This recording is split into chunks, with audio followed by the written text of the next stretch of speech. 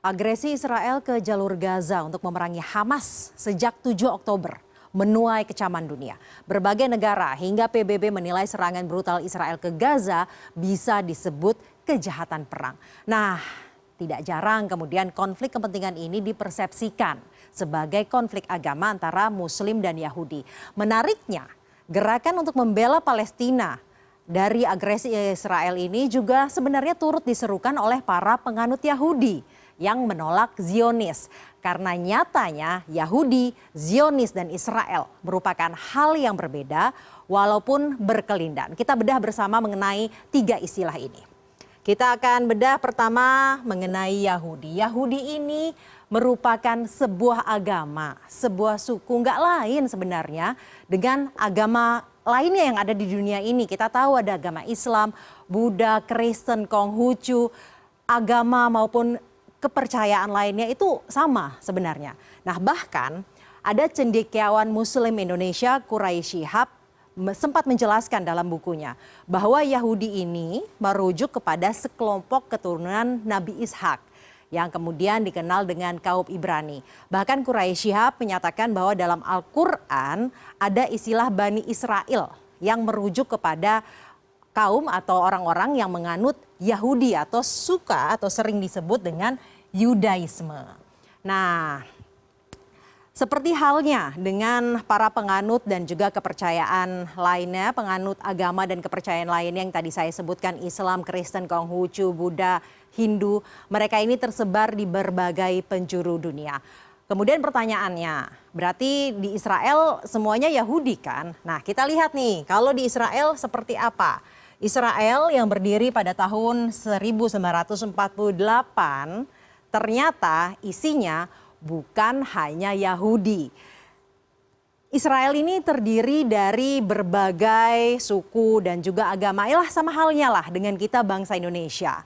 Faktanya menurut data dari tahun 2021 yang dikeluarkan oleh Amerika Serikat, ini Biro Statistik Amerika Serikat, Yahudi ini memang mayoritas agama di sana. Seperti Indonesia lah, mayoritasnya Muslim sebanyak 73,8%. Nah, Islam atau Muslim ini dianut oleh mereka menjadi yang kedua terbesar. Bahkan datanya Islam ini mencapai 18%. Jadi kalau lihat dari data ini, Israel itu tidak hanya Yahudi. Kemudian ada Kristen yang jumlahnya ini mencapai 1,9% dan juga ada agama serta kepercayaan lainnya yang menjadi penduduk Israel. Jadi jelas ya dari sini bahwa tidak semua penduduk Israel ini adalah Yahudi. Lalu tadi saya juga sempat menyebutkan Zionis. Zionis itu apa? Karena kan seringkali kemudian Zionis ini dikaitkan dengan Yahudi dan Israel. Kita lihat Zionis itu apa sih? Zionis itu sebenarnya merujuk ke sebuah gerakan nasionalis politik yang digerakkan oleh sejumlah tokoh Yahudi.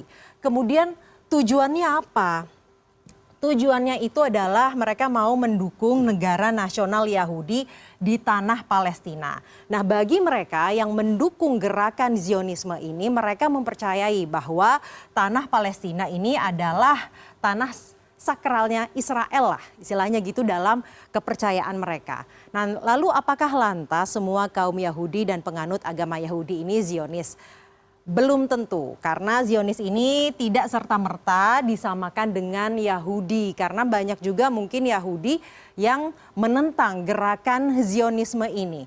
Nah, setelah kita melihat ketiga istilah tersebut berbeda, ada baiknya memang kita ini tidak mencampur adukan ketiga istilah tersebut, Zionis, Yahudi, dan Israel, agar kemudian kita bisa melihat perang yang terjadi di Israel, di Gaza saat ini dengan lebih bijaksana. Nah, aksi bela Palestina yang digelar di Monas pagi tadi, jutaan orang ini hadir untuk menunjukkan solidaritasnya bagi warga Palestina, khususnya mereka yang saat ini berada di Gaza atas serangan Israel yang bertubi-tubi. Aksi massa pagi tadi berlangsung dengan damai. Nah, ini nih dihadiri oleh tokoh lintas agama. Kemudian para petinggi negeri juga hadir untuk menyatukan suara mereka mendorong segera terjadinya gencatan senjata dengan alasan kemanusiaan. Dengan hadirnya tokoh lintas agama, kemudian diharapkan ini menjadi tanda bahwa perang Israel-Hamas bukanlah perang antar agama. Dan untuk membahas ini lebih dalam, saya akan mendiskusikannya bersama dengan tokoh MUI Sudarnoto AZ dan juga dosen FHUI Kris Wijoyo Supanji. Dan sebelumnya kami juga telah mengundang tokoh agama lain, namun yang kami undang masih berhalangan untuk hadir untuk berdiskusi dengan kami pada malam hari ini. Saya akan menyapa dua narasumber kita pada malam hari ini. Selamat malam Pak Noto, Pak Kris. Selamat malam, Mbak. Selamat malam, Mbak. Baik, Pak Noto, aksi pagi tadi jelas diikuti oleh berbagai tokoh agama. Semua tokoh agama ini menyampaikan pendapatnya masing-masing. Apakah pertama ini merupakan penegasan yang seperti tadi saya premiskan lah, bahwa perang ini bukan antara agama Muslim dan Yahudi. Dan kedua, apakah kemudian MUI dan juga tokoh lintas agama yang hadir tadi masih melihat adanya persepsi keliru di masyarakat yang menyamakan bahwa perang di Israel, di Gaza ini merupakan perang konflik agama. Bagaimana Pak Noto? Ya, pengantarnya sudah bagus. Saya kira maksud saya memang begitulah. Beda antara Yahudi, Zionisme itu beda sekali. Zionisme lebih pada ideologi ya, ideologi politik, meskipun tentu saja ada kaitannya dengan warga yang beragama Yahudi. Sama juga dengan di Islam itu kan begitu. Ini kan kaitannya dengan ideologi. Ada orang Islam yang punya ideologinya macam-macam lah ya. Nah itu yang membedakan. Nah, saya akan langsung saja kepada acara 5 hari tadi pagi ya. Ya, betul bahwa kami menyadari bahwa problem yang terjadi di Palestina, pertentangan antara Palestina dengan dengan Israel itu sebetulnya lebih kepada persoalan-persoalan politik ya. Sejak tahun 48 sampai hari ini itu sudah memberikan petunjuk yang sangat jelas bahwa ini problem politik yang sampai hari ini belum terselesaikan. Berbagai upaya-upaya sudah dilakukan, upaya diplomatik sudah dilakukan, lalu beberapa kali juga terjadi peperangan, dan yang terakhir ini. Sehingga yang peristiwa terakhir itu memberikan gambaran yang sangat jelas bahwa pertempuran antara Palestina dengan Israel yang kemudian sekarang itu eskalasinya semakin luar biasa, itu telah menimbulkan krisis kemanusiaan yang juga sangat mengerikan. Tercatat kalau tidak salah hampir 9.000 atau hampir 10.000 korban orang-orang warga yang tidak berdosa di Gaza ya, paling secara khusus di Gaza, dan lebih dari 50% korban itu adalah anak-anak dan perempuan. Saya mengatakan bahwa ini adalah upaya-upaya degenerasi. Generasi muda itu habis itu karena konflik. Nah, jadi intinya tadi seperti pengantar bahwa Israel telah melakukan genosida dan kejahatan perang yang menimbulkan korban kemanusiaan yang sangat luar biasa. Nah, karena itu titik pertemuan kita itu adalah soal humanity, soal kemanusiaan. Sekarang sudah terlihat sekali bahwa peristiwa yang terjadi kemarin itu yang sampai hari ini masih belum terselesaikan itu saya menyebutkan sebagai momen di mana Global Alliance among States and Civil Society itu telah tumbuh dengan sangat kuat. Negara-negara kita sudah tahu lah, kemarin itu di sidang umum PBB itu sudah jelas sekali ya, keputusan-keputusan resolusi yang sudah ditetapkan, yang melakukan pembelaan terhadap Palestina dan meminta supaya Israel mundur dan melakukan gencatan senjata demi kemanusiaan. Nah, civil society juga begitu. Itu di Amerika, di mana-mana, dan tadi kita buktikan Indonesia sebagai bangsa cinta damai telah melakukan sebuah event besar, pertemuan dari tokoh-tokoh agama, tokoh lintas agama, lintas organisasi, lintas lembaga. Karena ini problem kemanusiaan yang harus kita teriakkan, stop violence, stop war. Baik, Pak Noto. Jadi itu. Kemudian saya mau ke Pak Kris. Pak Kris, Palestina dan Hamas, apakah ini bisa dipersepsikan sama seperti kita tadi keliru mempersepsikan Israel, Yahudi, dan Zionis? Karena ini adalah perang antara Hamas, antara Israel dengan Hamas atau Israel dengan Palestina, atau Israel ini sekali pukul kemudian bisa mendapatkan semuanya, menghabisi Hamas, kemudian juga menginvasi Gaza yang dari dulu memang ingin diinvasi oleh mereka. Pak Kris. Baik, terima kasih Mbak Caca.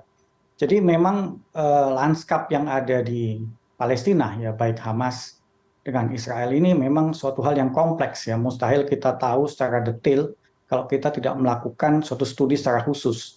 Tetapi saya ingin menggarisbawahi bahwa publik Indonesia harus paham bahwa ini bukanlah suatu perang karena masalah agama, tetapi lebih kepada suatu perjuangan untuk mencapai suatu nationhood. Beberapa waktu yang lalu, saya dan rekan-rekan FHUI sempat berdiskusi dengan Duta Besar untuk Palestina yang sebelumnya, yaitu Yang Mulia Faris Medawi. Beliau menekankan bahwa perjuangan untuk Palestina sejatinya bukanlah suatu perang agama, tetapi adalah suatu perjuangan untuk suatu mencapai nationhood sehingga bangsa Palestina bisa sejajar dengan bangsa-bangsa lainnya. Oleh sebab itu, meskipun demikian, solidaritas negara-negara Muslim tetaplah penting dan tentunya memiliki peran yang krusial dalam mencapai perdamaian abadi di kawasan tersebut. Kita sebagai bangsa Indonesia, kita memiliki konstitusi, Mbak Caca. Dan di dalam konstitusi kita itu telah dibekali bahwa kita memperjuangkan kemerdekaan sebagai hak segala bangsa. Dan penjajahan di atas dunia itu harus dihapuskan atas dasar kemanusiaan dan dasar-dasar keadilan. Persis seperti yang disampaikan sebelumnya tadi oleh Prof, bahwa ini adalah masalah kemanusiaan. Dan kita memiliki peran untuk menjaga ketertiban dunia yang menjaga kemerdekaan, perdamaian abadi, dan keadilan sosial. Tugas Indonesia haruslah menjadi juru damai. Karena di Indonesia ini ada suatu nilai lokal yang menekankan, seperti di Nusantara ada alfabet namanya Hono Choroko. Dikatakan bahwa kalau orang itu sama-sama kuat, berkelahi, itu sama-sama akan menjadi abu. Oleh sebab itu nilai-nilai ini yang harus kita kita berikan kepada pengertian kepada kawasan di sana. Jadi selain memang kita punya tugas untuk memperjuangkan kemerdekaan setiap bangsa, kita memiliki tugas untuk menjamin langkah apapun yang ditempuh oleh para pihak yang berseberangan di sana, jangan sampai mengorbankan rakyat sipil yang tak bersenjata, apalagi anak-anak. Meskipun sejatinya setiap nyawa itu sama harganya, harus dilindungi kehidupannya. Karena sejarah menunjukkan bahwa tidak ada individu ataupun entitas apapun yang bisa selamanya berlindung atau imun terhadap tuntutan hukum apabila melakukan kejahatan terhadap kemanusiaan. Indonesia kalau ingin membantu mendamaikan di sana, Indonesia harus mengerti apa yang disebut dengan great power geopolitik. Ya, kita harus tahu dulu apa yang di sana. Begitu Mbak Caca. Baik Pak Kris, tadi menarik sudah menyatakan mengenai juru damai, kemudian solidaritas negara muslim ini diperlukan agar bisa mendesak adanya perdamaian di sana. Nah, saya mau ke Pak Noto nih. Pak Noto, setahu saya salah satu desakan dari MUI ini adalah mendorong Indonesia, pemerintah Indonesia untuk mempelopori negara-negara OKI, negara-negara Islam ini untuk menjadi mediator. Ini sejalan ya berarti dengan tadi apa yang disampaikan oleh Pak Kris. Ya, betul. Kemudian apakah sudah berkomunikasi dengan Kementerian Luar Negeri Pak terkait hal ini? Ya, saya rutin sekali tidak, tetapi saya diskusi dengan Direktur Timur Tengah, Pak Bagus itu agak sering ya, terkait dengan isu-isu yang berkembang berkaitan dengan pertentangan atau peperangan ya di Palestina ini. Jadi kami MUI itu dalam fungsinya itu adalah sodikul hukumah ya, sebagai partner mitra dari pemerintah, termasuk dalam hubungannya dengan persoalan Palestina dan Israel ini. Kami mendorong sebagai bagian fungsi kita untuk melakukan fungsi sebagai mitra itu mendorong untuk pemerintah Indonesia untuk secara terus maksimal melakukan perjuangan untuk perdamaian. Dan sebetulnya kan apa namanya, solusi itu kan sudah ditetapkan oleh PBB ya, yaitu two state solution, dan apa, Indonesia selalu apa namanya, berada di garda depan untuk memperjuangkan penyelesaian konflik Palestina Israel itu dengan two state solution. Ini adalah jalan yang sulit, tetapi lebih lebih apa ya, bukan lebih fleksibel, lebih moderat lah dibandingkan dengan pilihan-pilihan lain. Nah, ini selalu dikedepankan landasan-landasan yang disampaikan oleh Kemenlu. Dan juga yang terkait dengan peristiwa yang terakhir ini adalah stop war, ceasefire. Dan ini sungguh sangat penting, bukan saja karena apa namanya, akan apa namanya, akan Pak Noto, mempengaruhi global, apa namanya, situasi global, tetapi soal kemanusiaan. ya. Jadi menghentikan peperangan itu adalah artinya menghentikan pembunuhan Baik. melalui kejahatan perang. Baik, Pak Noto, penting juga Ya. tidak buat Indonesia menjadi inisiator yang kemudian menggalang solidaritas negara-negara Islam yang seperti tadi dikatakan oleh Pak Kris dan juga menjadi poin desakan dari MUI, menggalang kekuatan solidaritas negara Muslim ini agar gencatan senjata benar-benar dilakukan. Indonesia yang menjadi inisiator penting dan bisa tidak? Saya kira bisa ya, itu peluangnya ada sebetulnya. Kemarin itu waktu waktu apa namanya, sidang umum PBB itu kan ada beberapa negara yang abstain ya. Ini salah satu cara bagaimana supaya Indonesia bersama, tentu saja bersama dengan negara-negara lain, untuk meyakinkan negara-negara yang lebih memilih abstain untuk tidak apa namanya, tidak memilih itu, kemudian memilih untuk menghentikan perang. Saya kira nanti kekuatan global di kalangan negara anggota PBB itu bisa menjadi pressure tersendiri. Karena itu berbicara dengan pihak Amerika itu penting. Jadi saya kira di kalangan internal OKI sendiri itu juga perlu lakukan konsolidasi. Kalau tidak memang repot. Baik.